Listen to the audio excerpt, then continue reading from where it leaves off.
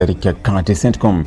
limetoa video ikionyesha wanajeshi wa majini wa Marekani wakifanya operesheni ya kuipanda na kuikagua meli ya mafuta yenye bendera ya Iran katika eneo la Ghuba ya Oman.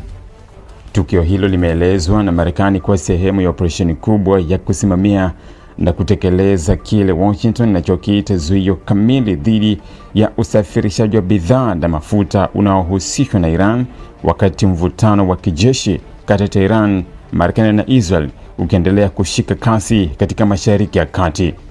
Kwa mujibu wa taarifa rasmi ya CENTCOM, operesheni hiyo ilifanywa jana Jumatano, Mei 20, 2026 na wanamaji wa kikosi maalum cha Marekani, ambapo walitumwa kuikabili meli hiyo baada ya taarifa za kijasusi kudai kuwa ilikuwa ikijaribu kuelekea katika bandari ya Iran, hatua ambayo Marekani imetafsiri kama jaribio la kukwepa masharti ya zuio lake la baharini.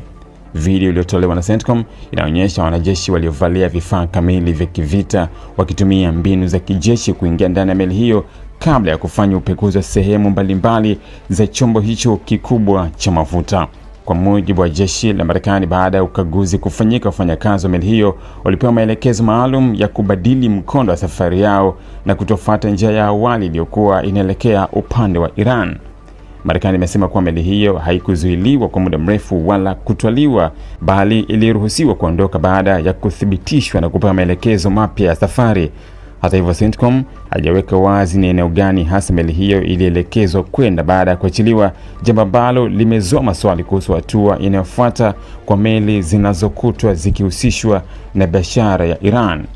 Katika taarifa yake, jeshi la Marekani limeeleza kuwa hatua hiyo ni sehemu ya operesheni pana zaidi ya kusimamia harakati za meli za kibiashara katika ukanda wa Ghuba ya Oman na maeneo jirani ya bahari ambayo yamekuwa kitovu cha mvutano wa kijeshi tangu kuanza kwa mapigano na mashambulizi ya Marekani na Israel dhidi ya Iran.